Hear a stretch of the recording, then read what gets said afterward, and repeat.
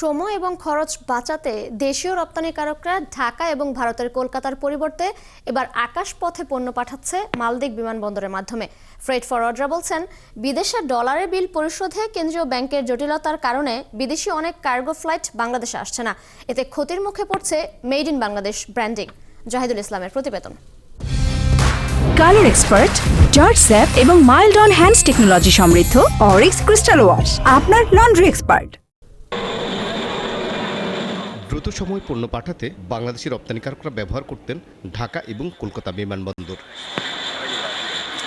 তবে ঢাকায় কার্গো বিমান আগের তুলনায় কম আসা এবং 5 আগস্ট রাজনৈতিক পট পরিবর্তনের পর ভারতের বেনাপোল স্থলবন্দর এবং কলকাতা বিমানবন্দরে বাংলাদেশি পণ্য অগ্রাধিকার লোড আনলোড পাচ্ছে না। তাই বিকল্প হিসেবে সমুদ্র পথে মালদ্বীপ দিয়ে পণ্য নিয়ে সেখান থেকেই বিমানে রপ্তানি করছে বাংলাদেশি ব্যবসায়ীরা। 5 গুণ বেশি পয়সা দিয়ে জিনিসটাকে আমি প্লেনে নিচ্ছি, সেটা যদি আমি প্রায়োরিটি না পাই, সেটা যদি 5 দিন 10 দিন বসে থাকে, তো in that case never makes any sense. আমি কলকাতা যাব।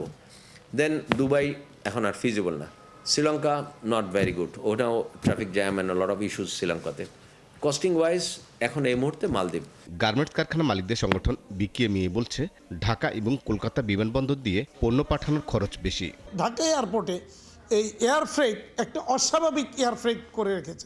আমি ওখান থেকে হয়তো $2 $2.5 পার কেজিতে আমি দিতে পারি, এখানে দিলে আমার $6 $7 কেজিতে দিতে হয়, তো ফলে আমার তো চার্জ অনেক বেশি যায়। বাংলাদেশ ফ্রেট ফরওয়ার্ডার্স অ্যাসোসিয়েশন বলছে, ব্যাংকগুলোর এডি শাখার অসহযোগিতার কারণে বকেয়া পড়ে থাকায় অনেক কার্গো বিমান তাদের বাংলাদেশ কার্যক্রম বন্ধ অথবা সীমিত করেছে। ফলে পণ্য পাঠাতে হচ্ছে তৃতীয় দেশ দিয়ে। টাইমলি এয়ারলাইন্সগুলো রেমিটেন্সগুলো আমরা পাঠাতে পারি নাই।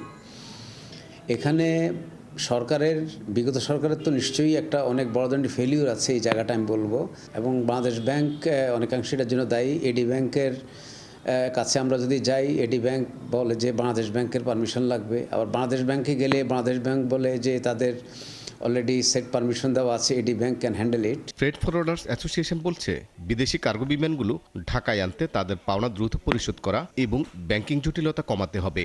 রপ্তানিকারকরা বলছেন, বকেয়া পড়ে থাকায় অনেক কার্গো বিমানই বাংলাদেশে আসছে না, আর যেগুলো আসছে তারাও সুযোগ বুঝে ভাড়া বাড়িয়েছে কয়েক গুণ। ফলে বিকল্প পথেই পণ্য রপ্তানি করতে হচ্ছে। জাহিদুল ইসলাম, 71, শাহজালাল আন্তর্জাতিক বিমানবন্দর।